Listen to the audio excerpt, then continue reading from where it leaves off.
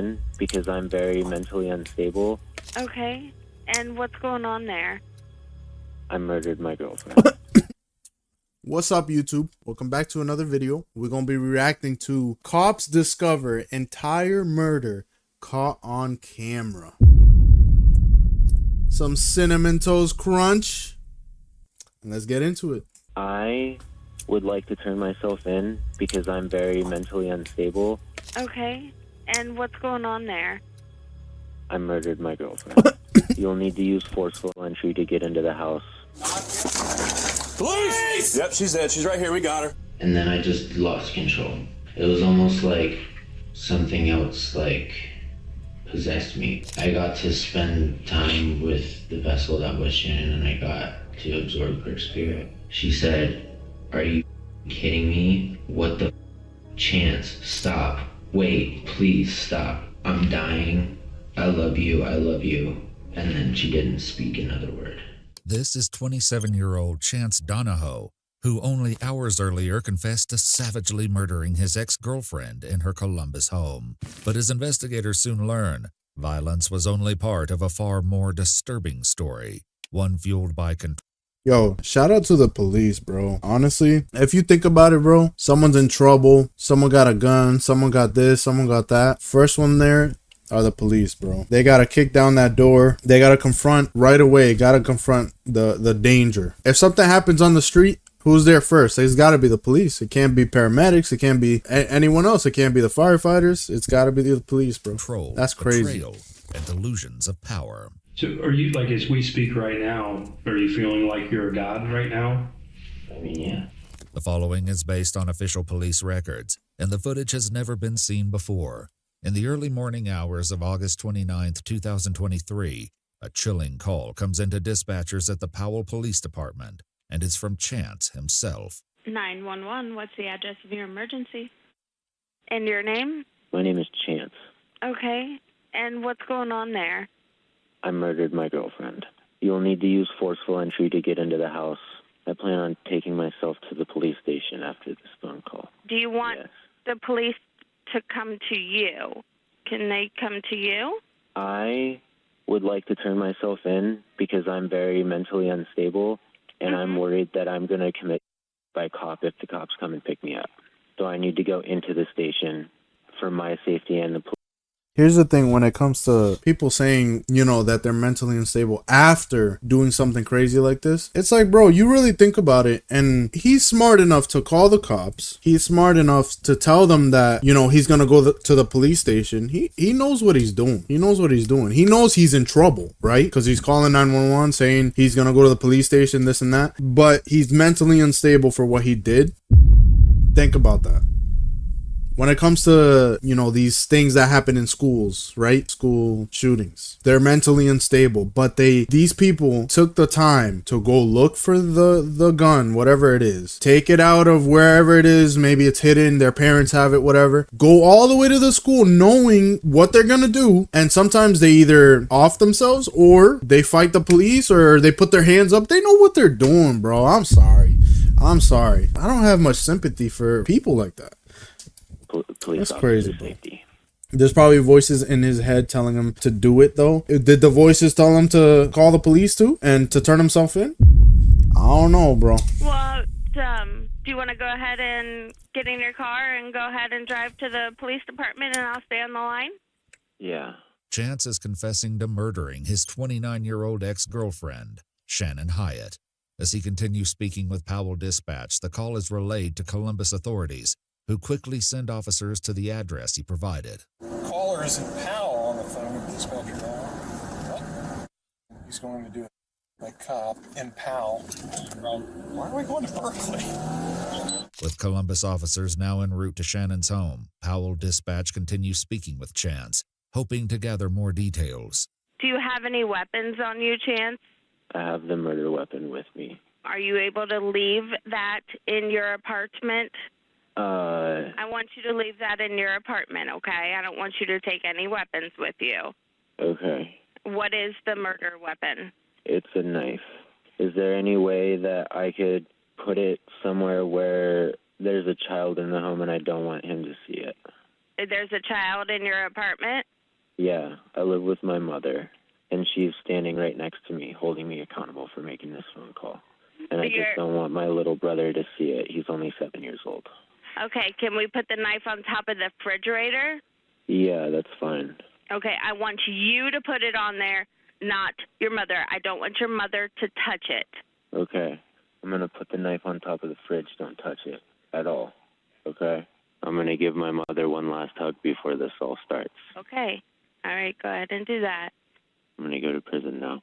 As police close in on his location, dispatch This is continues crazy, asking Chance bro. questions, It's heavy. attempting to keep Chance stationary until units arrive. But the clock is ticking, and it's only a matter of time before he catches on. Are you in your car? Yes, I just turned on my car. Give me a Okay. second. Stay I there, can't really right? move my hand very well. You're fine. Stay there for right now. I just want you to take a couple deep breaths, all right? Okay. How's your finger doing? Can't really move it. How Yeah. deep did it go?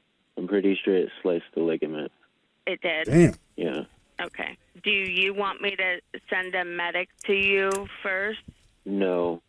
I'll receive all my treatment at the jail, please, and thank you. Yeah, not a problem. Where are you at in the lot, just parked right in front of your apartment? I'm going to be completely honest with you. I need to bring myself to you, and I don't want to be tricked into being picked up. And so I'm going to refuse to answer that, but I'm in my car. The car is started, and I will not disconnect this call until I reach the jail cell and you have spoken with an officer Okay. verifying that. I am not safe. Okay. I am not a safe person right now, and the safest thing is for me to turn myself in at a jail, Okay. not be picked up, because if guns get drawn on me, I don't know what I'm going to do. As the call continues, Chance leaves the apartment complex and begins driving. But Powell officers have found him, and they're closing in fast. I left the apartment complex, but I need to pull over real quick and put the address in. You left? Yeah. Okay. Where are you at? There's a cop right behind me, and I know that I'm being followed and everything. If you have this officer on dispatch, I need you to tell him to just follow me to the police station. Can you just pull over and let him put you in the back so he can take you to the police station? It'd make it so much easier, Chance. How? It would just make it be done right now. Okay. Okay? Can you just pull over right now? Yeah. Thanks to dispatch stalling Chance's At least he's departure, cooperating. officers were able to intercept Chance less than half a mile away from the address he left from. He turns at an intersection and pulls over into the Sheetz gas station, where the police make contact for the first time. Sheetz gas station. Oh my gosh, bro. Can you make commands? Because you probably can't hear me on this side. Can you put both hands out the window for me? I got both hands. Well, his hands are back in. Put your hands out. Keep them out. Keep your hands out. Take one of your hands and open your car door. Open the door from the outside. Face away. Face away. Keep your hands above your head. Slowly start walking backwards. Walk back towards me. Back towards the sound of my voice. Keep walking back. With Chance fully cooperating, officers place him in handcuffs, then shift focus to the vehicle, unsure of what else might be inside. This side. Doors open. Clear. He's got gloves. Yep. Blood on it looks like it. You got anything on you, bud? Nope. I got nothing. Nothing. I've got $25 in my pocket. Okay. It's secured. There's gloves. Look like blood on it. Are you injured at all, Chance, besides your finger? Just a little scratch on this other hand, but Your other hand? Your laceration on this pinky When did that happen? during the attack. Okay. And you put that bandage on yourself? Yeah, it's just a napkin and some medical tape. Officers place Chance in the back of a patrol vehicle and remove his shoes, revealing blood-stained socks underneath. Both the socks and shoes are placed in paper evidence bags as they wait to transfer him to Columbus PD custody. Meanwhile, outside Shannon's home, Columbus officers prepare to make entry, unaware of the horror waiting on the other side of the door. Can I kick the door? I'm good. Kick the door. Police! Yep, she's dead. She's right here. We got her. Clear the house. Let's go. That's 11. We're clearing the house. We got one down on the floor. Did she get shot or did she get stabbed? Everything has one knife. Dude, What? had to like core her throat out or There's something. blood in the hallway. You see that? But I mean, there's a hole. Struggle. Hole like this big in her throat. Inside, officers find Shannon Hyatt on the living room floor, riddled with numerous stab wounds across her upper body and a deep slash across her throat. Oh my A god. large pool of blood sits beneath her, with additional stains splattered across the carpet and couch. She's pronounced dead on scene at 6:18 a.m. Columbus officers relay the information to their dispatch, who then notifies Powell Dispatch that Shannon has been found deceased. He killed her. Oh my God, it makes me sick to my stomach. As the weight of the news settles in, Powell officers arrive at the home of Ashley Radka, Chance Donahoe's mother, where the 911 call was originally placed. How are you, Mom? Okay. Can I just have you just step out here real quick? Is there somebody else with you? What's up, Pop? Just your... Okay. Is he awake? Okay. I just want to make sure he's okay. That's all we got to do is make sure he's okay for right now, okay? Is Chance at the police station now? We have him in custody, yeah. He went voluntarily. Okay. All right. Hey, man. What do you think is going through her mind, bro? Oh my gosh, dude. Is there a knife? Poor mom. Yeah, it's on the top. I see it. Inside the residence, officers locate the knife on top of the refrigerator, Damn. just as Chance described to the 911 operator, along with a pile of his clothing next to the washing machine believed to be the first outfit he had on when he initially approached Shannon's house. Ashley's other son is also confirmed to be safe and sound, sleeping in his room. Chance's mother is later questioned by investigators, recounting the events leading up to the initial 911 call. He woke me up at like 5 in the morning and said, Mom, I need to talk to you.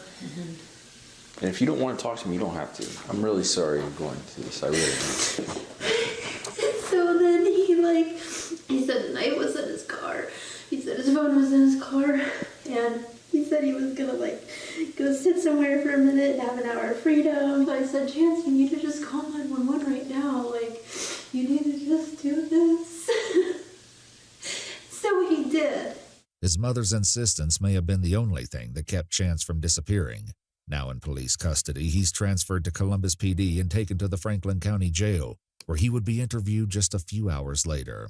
I had a major psychological break and kind of. What does he have on? It looks like he's, those people that they go collect bees and stuff. It looked like he about to do that. Completely and utterly lost control of my actions, which I know is not an excuse, and I need to pay for my mistakes.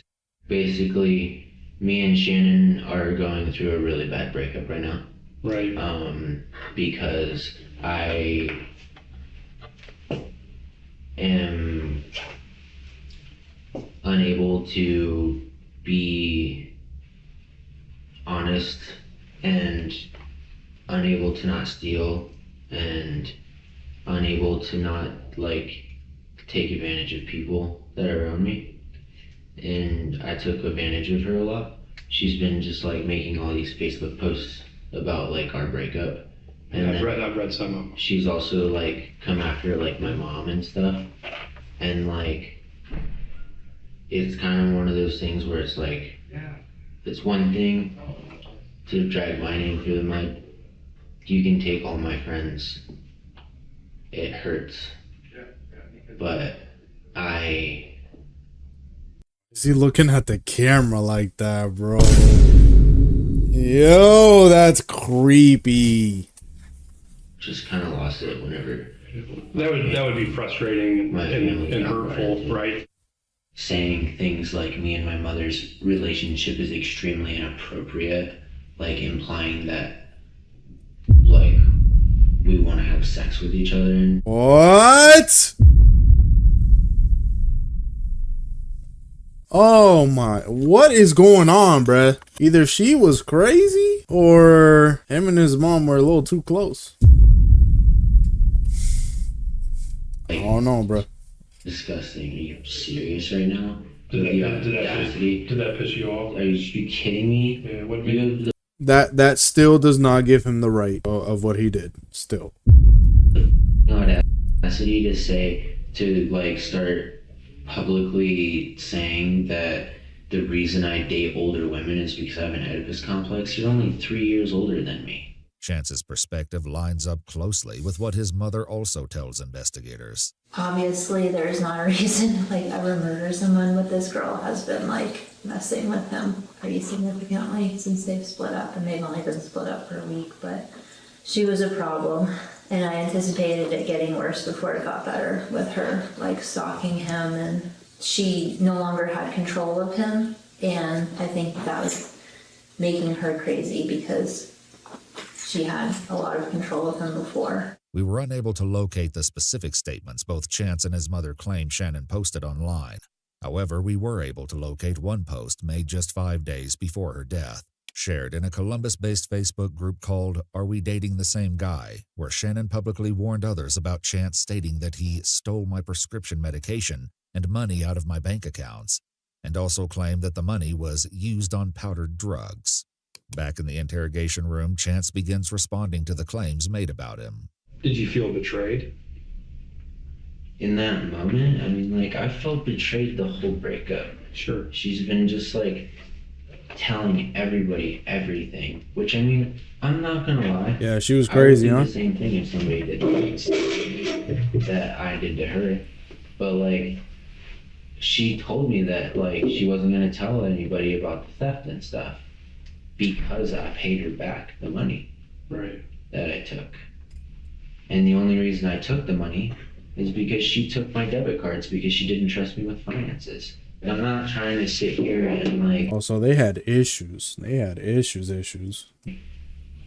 Say all of my actions have a rational and logical explanation. Because, like, I don't want to be this way. I don't want to lie. But I don't know how to stop. I don't want to steal, but I don't know how to stop. Shannon thought... Just stop! ...that the stealing had everything to do with the addiction to ketamine, when in reality, I go through bouts of unemployment because of the nature of my work. Mm-hmm. And so I run out of money. And then Shannon gets, or would get, like, really, like, mean and say really nasty things and all that. And so in my mind, just take this money, give it right back to her as your money so that she shuts the up and everything can be like happy and peaceful, and then just replace the money before she finds out that it was taken. But for Chance, the theft and online posts weren't the only triggers. There was something else. She had started sleeping with Matthew. Oh. Who she had like just recently started being friends with and told me not to worry about. Who's Matt? Matthew is somebody that she was having some form of romantic relationship with. Okay. I didn't have a reaction to it, honestly. I was just happy that I had what? I'm just happy, like, I'm still happy. Like, I don't know, I'm not, like, happy about it. It's up and it's a horrible thing, but at the end of the day, like, I don't know. But jealousy and heartbreak were only part of the equation. As Chance opens up, he reveals a fractured state of mind that had already begun to crack. I have undiagnosed schizophrenia. Okay. I have auditory and visual hallucinations. I went to a music festival this past weekend and kept like seeing Shannon everywhere, and I thought that she was like following me around to like keep... Weren't you there with her at Legend Valley? No, not at Legend Valley. Okay. Just this past weekend at Wonder Bus downtown. I was there and I was working the festival, and she has known about every single move that I've made since we've broken up. Like where I'm at, what I'm doing, who I'm hanging out with, everything. And so like I was getting Why does he keep looking at the camera like that? Oh, that gives me chills, bro. Why does he keep doing that? Really paranoid and frustrated because I thought that she was kind of like stalking me. I went directly to my mom's because I just wanted to tell my mom face to face. And I woke my mother up and I said I killed Shannon. How did your mom take it? Like, shook, shaken. And then she makes you scared, not gonna lie. Yo, that's what I'm saying, bro. Like, look at him! Oh, hell no. Your whole life, anything that Shannon could have done to you, we could have worked through. Like, this was not worth it. Some dumb girl was not worth this. As Chance speaks of hallucinations and paranoia, didn't he say in the beginning that something told him to do it? Didn't he say that in the beginning? Because he explained that whole relationship, all these different situations very clearly. You know what I mean? So that's why it's I don't know. That's why it's hard for me to believe that stuff, because he obviously had a reason why he did it. It wasn't these voices that randomly just told him to do it. If that's the case. His mother tells investigators she'd seen this unraveling begin long before the murder. Have any medication for the last couple of weeks. He was diagnosed bipolar disease for one thing. And you said he hasn't had his medication? No, he was on Abilify, he was on Wellbutrin, and he hadn't had it for the last couple of weeks. I can't tell you why he did what he did. Maybe he told you. He told me it was like hearing voices and all kinds of stuff like that.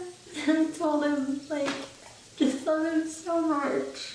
I love my son so much, and I just can't believe this is happening. I'm really sorry. I feel so bad for her family too, and even though she was like doing whatever she could to mess with him so much, like she didn't deserve that. Sometimes you can't control your kids, you know. I mean, tough, he's man. an adult and he made decisions, and that's rough. That's not on you. That's on him. You know.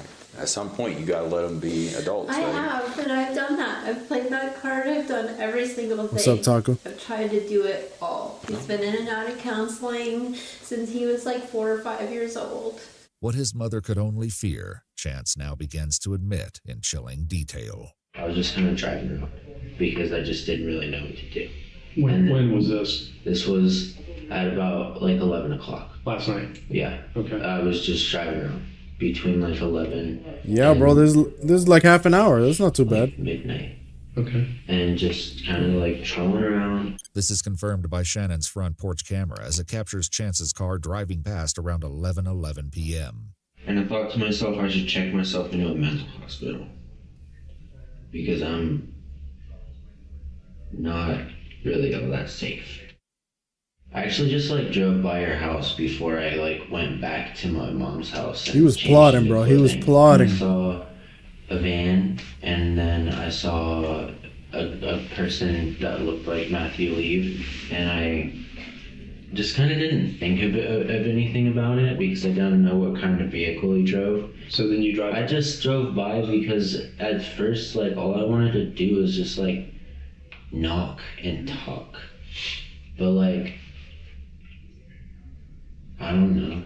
I know, like, this doesn't make any logical sense because knocking and getting the police called on you and getting a trespassing charge is far less severe than getting a murder charge. But sure. I got to spend time with the vessel that was Shannon, and I got to absorb her spirit and get some of her back.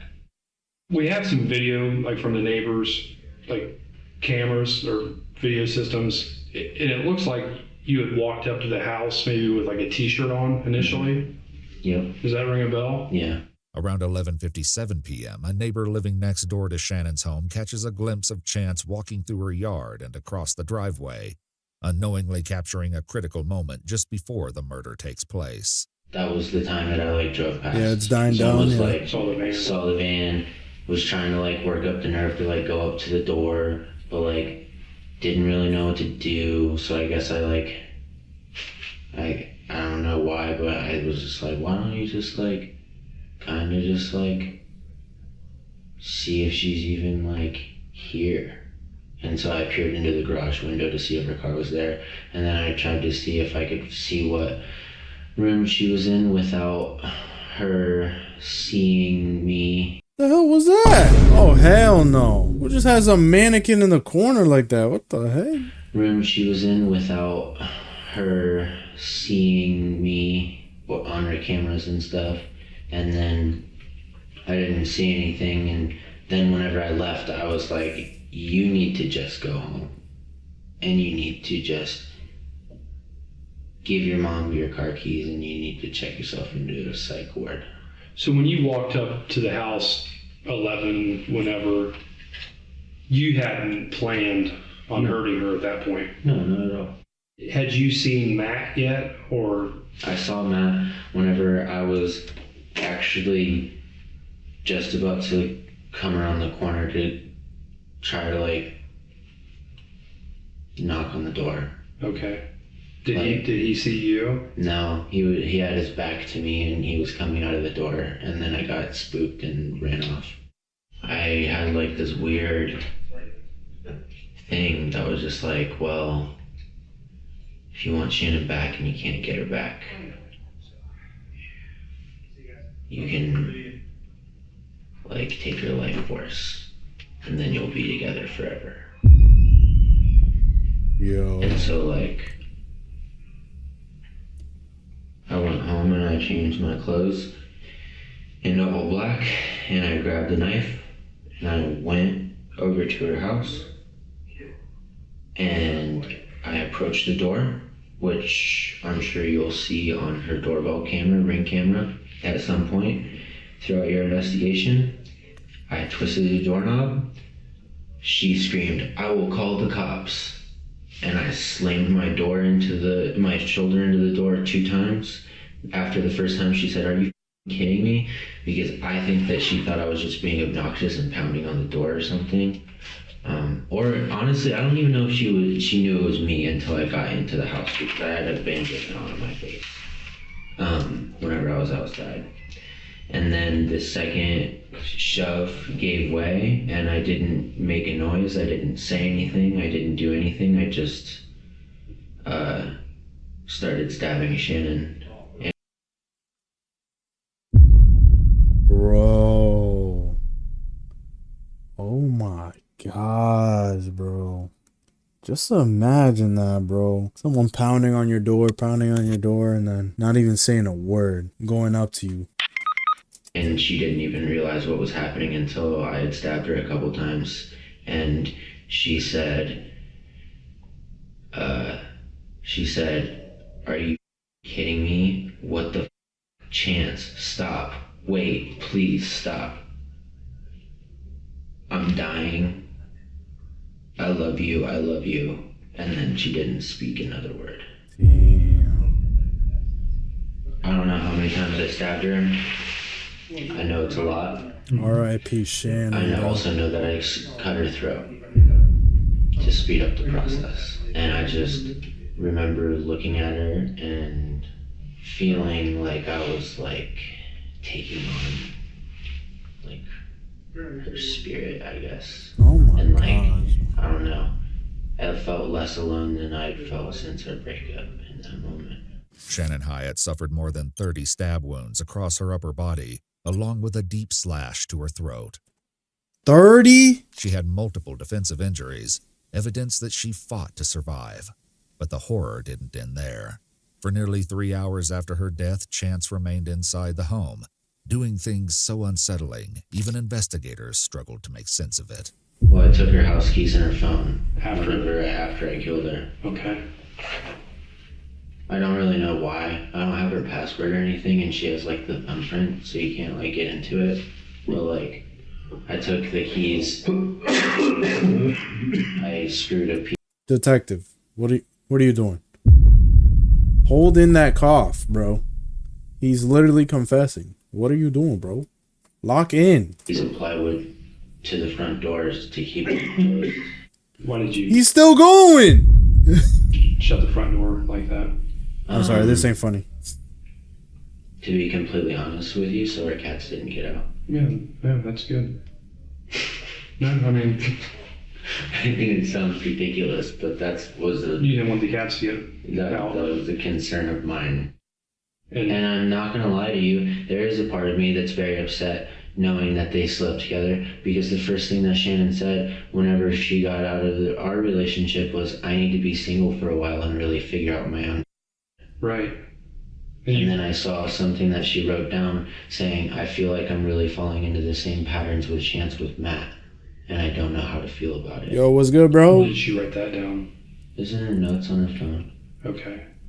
How did you get into her phone? I used her thumb after I killed her. Okay. This man unlocked her phone after he stabbed her 30 times, bro. Oh my gosh, bro. I'm a full psycho stalker mode, dude. Huh?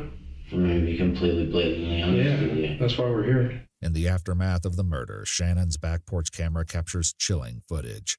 At 2:04 a.m., just 6 minutes after her screams are heard, Chance's shadow appears in the window, and for a brief moment, a blood-covered hand is visible. Oh my The shadow gosh. returns multiple times throughout the early morning hours, a silent presence inside the home, long after Shannon's final breath. Why are you moving her body at that point? Because the door is busted and her feet are about 1.5 feet maybe away from the door. Okay. And if I want to do any kind of going in and out of the front door, there's just a dead body right in blatant view.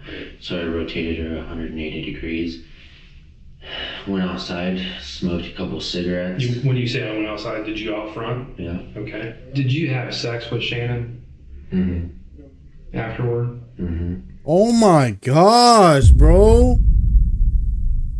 It just gets worse and worse. Oh my gosh. At that point, was she dead? Yeah. Did you feel aroused, like looking at her? Not by like her deadness, but like I was still very sexually attracted to facts. She was beautiful, right? Mm-hmm. So how long do you think that lasted? All of like 5 or 10 minutes.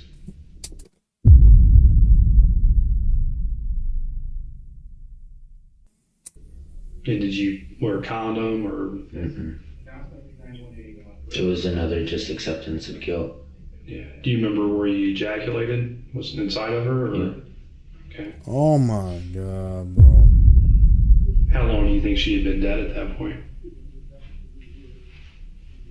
I don't know. From here, Chance lays bare a disturbing justification, one rooted in a delusional sense of power and a belief that Shannon was something to possess or consume. You mentioned earlier that if you took her life force, that you would feel closer to her. What does that mean exactly, like as far as?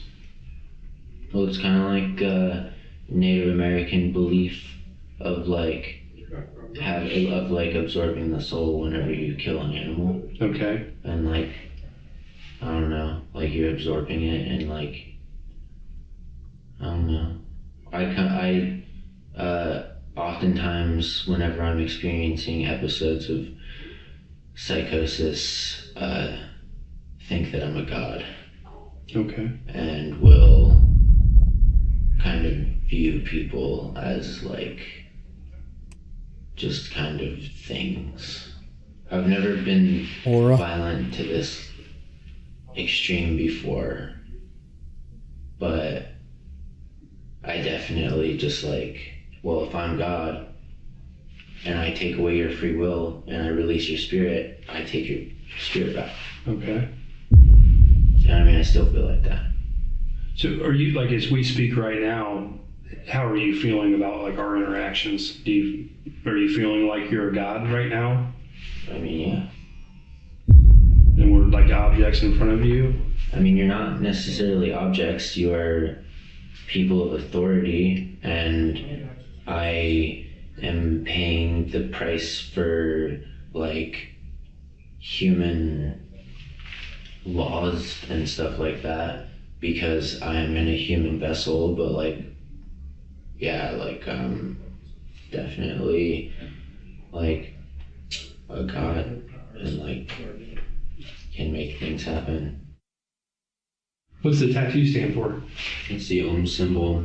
It represents the sound frequency. It's been recorded and picked up throughout the entirety of the known and explored universe. Mm-hmm. It's often referred to as the God frequency. It's just kind of a religious representation kind of thing. Next, Chance is asked to confront the weight of his actions. Do you feel bad, or do you just... I feel guilty for taking Shannon away from the people that love her. And I know that a lot of people are gonna miss her. I do feel guilty about that. Processing emotion is something that I've always really struggled with. Okay. Ever since I was a kid. Like, I'm more of an analyze emotion rather than like feel emotion. I'm losing everybody that has ever cared about me to this relationship. And I felt really alone. I wanted Shannon back. And now I have her back. But I also wanted to take something away from her. But I had absolutely nothing to take away. And except her life. And so I did it. I stabbed her over and over and over again until she couldn't speak and was making weird raspy sounds, and then I slit her throat open. Oh my As the gosh, bro. Chance offers his final thoughts of justice, remorse, and the pain he's caused Shannon's family. I appreciate you sharing with me what happened. I guess you can say he didn't give her a chance. So, at least her parents have a little bit of peace to know that the person responsible is in custody, right? No. I'm a very eye for an eye type of person. I think that the only justice would have been if I was dead too. With all due respect, I'm a dumb and a murderer, but I'm not somebody that runs away from my consequences. In your experience, do the parents of the victims even want to hear anything? My bad. I think this is all going to be out there. The trial, everything else, they're going to know. I think they would like to know how you feel about what happened. I want you to tell them that Shannon didn't deserve to be a victim of my upcoming mental illness. Sorry, guys. Donahoe was indicted on aggravated murder and abuse of a corpse, and tampering with evidence. According to news sources, he accepted a plea deal and pled guilty on August 8, 2024 to aggravated murder and abuse of a corpse, and was sentenced to life in prison with the possibility of parole after 31 years. He's currently serving his sentence at Pickaway Correctional Institution in Ohio. Shannon was deeply involved in the local music scene. Oh my... Yo! What the heck is going on in the background? And spent much of her free time raising money to spay and neuter stray cats. A memorial concert was held in her honor, with proceeds going to support her family during their time of loss. Damn. R.I.P. Shannon, bro. She didn't deserve that, man. She had her downs too that he was mentioning if all that was true about her, letting him go and taking his money, his credit cards and stuff. But no one deserves to be killed like that, bro. Nah, bro, that's insane.